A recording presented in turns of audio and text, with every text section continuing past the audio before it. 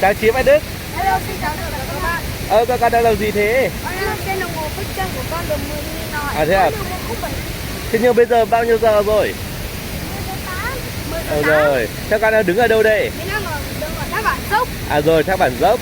Ở ngay gần cái chỗ đằng cột mốc chủ quyền, đúng không? À rồi, thế con đứng dậy ra đây để chúng ta cùng xem ở đây có những cái gì. Nào Chí bước ra đấy. Sao hả con? À, cây cầu gió giật mạnh ban nãy đi qua. Đúng rồi đây này. Đấy, nước chảy từ trên xuống qua cây cầu mà ban nãy bố con mình đi qua kìa. Cây cầu đấy là cây cầu đang thi công cho nên là lan can nó chưa xong. Người ta có bảo rằng là không nên là chạm vào lan can, đúng không? Rồi. Sao con? Đức ơi, con đứng lùi lên một tí đi. Con thấy mẹ với dì đang sang bên kia. Rồi mẹ với dì vẫn ở bờ bên kia, bởi vì chắc là mẹ và dì là đang quá sợ, chưa chắc là dám sang đây. Được chưa? Đây là gọi là dòng thác phụ, con đứng ở đây. Không, đứng ở trên, đừng đi theo bố. Đấy, đây là dòng thác phụ mà nằm hoàn toàn ở trên vùng lãnh thổ của Việt Nam. Đấy, khá là cao. Đấy.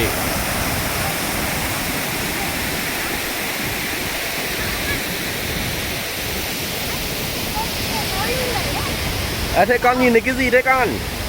Đức thấy cái cối nghiêng ngả như thế, Đức bảo là đây là bão. À thế à, đây là bão à? Ấy, thế à, rồi. Chí đội cái mũ vào đi cho nó khỏi vướng tay. Đúng vào. Tầm là được rồi. Và các con hôm nay các con mặc áo cờ đỏ sao vàng. Vậy thì chúng ta sẽ cùng lên trên chỗ cột mốc chủ quyền. Đấy, có nhiều bạn trẻ cũng mang cờ đỏ sao vàng và cũng mặc áo như thế để lên trên chỗ cột mốc chủ quyền đây. Đấy, để ngay sát dưới chân đến này, Thác Bản Dốc đây. Đây cây bối. Sao con? Đúng rồi, chỗ này ra kia cũng được, nhưng mà đấy, chúng ta cũng chẳng ra để làm cái gì. Được chưa? Con nào đi? Lên trên cột mốc chủ quyền.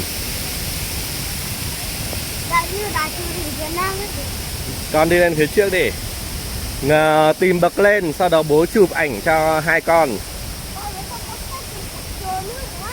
Rồi, ở đây thì ta có thể nhìn thấy rằng là nó có một cái lối lên chỗ này nữa. Chắc là lên đầu nguồn. Cái ở chỗ kia là có nhũ đá kìa.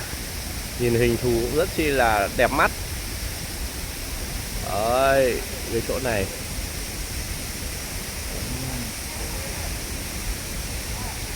Đương nhiên là nước nó chảy thì cặn đá vôi nó sẽ tạo thành như thế thôi.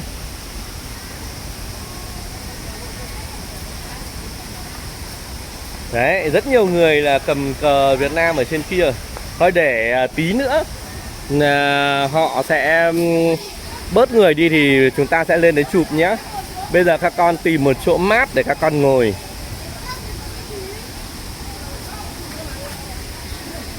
Rồi ngồi tạm đấy đi.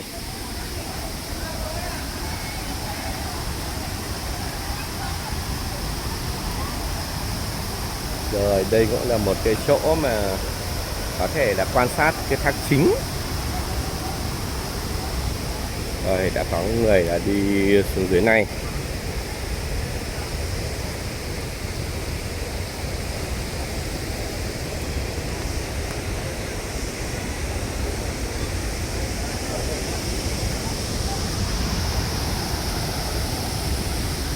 Các con đứng ở trên nhá, cấm đi theo bố.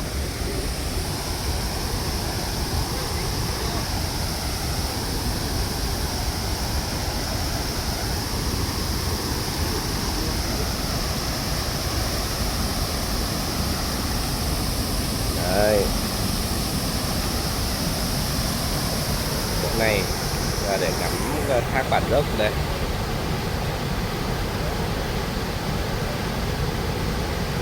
Nãy nhà mình có đi thuyền vào thác rồi.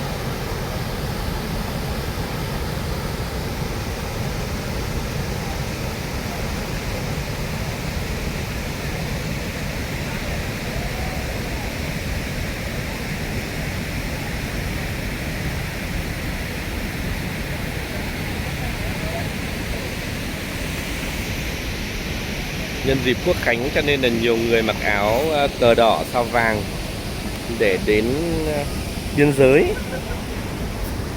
Hình ảnh đấy thì cũng giúp để mà khẳng định chủ quyền thiêng liêng của đất nước.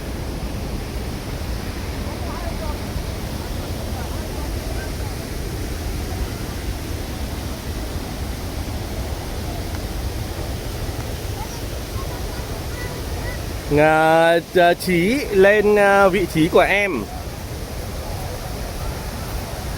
để bố chụp ảnh cho hai anh em. Nào đội mũ lên. Đứng dậy ra chỗ này. Nào Đức đứng ra đây.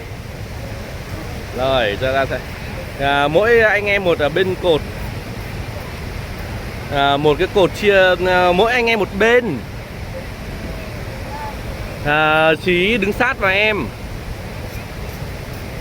Thằng em đứng dịch sang bên này một tí thôi. Một tí. Thằng Đức Chí đứng sát vào em. Đấy, hai anh em đứng chung một cái cột như thế. Nhìn nhá. Rồi 1, 2